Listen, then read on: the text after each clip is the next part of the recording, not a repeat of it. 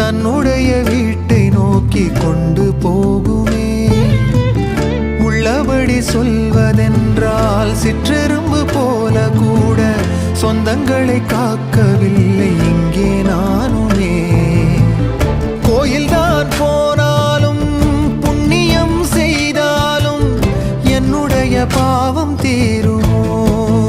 இந்த உலகில் இன்றுதான் என் முகத்தை பார்க்கிறேன், கண்ணிலே ஈரம் சேருதே. கல்லையும் காலம் மாற்றுதே.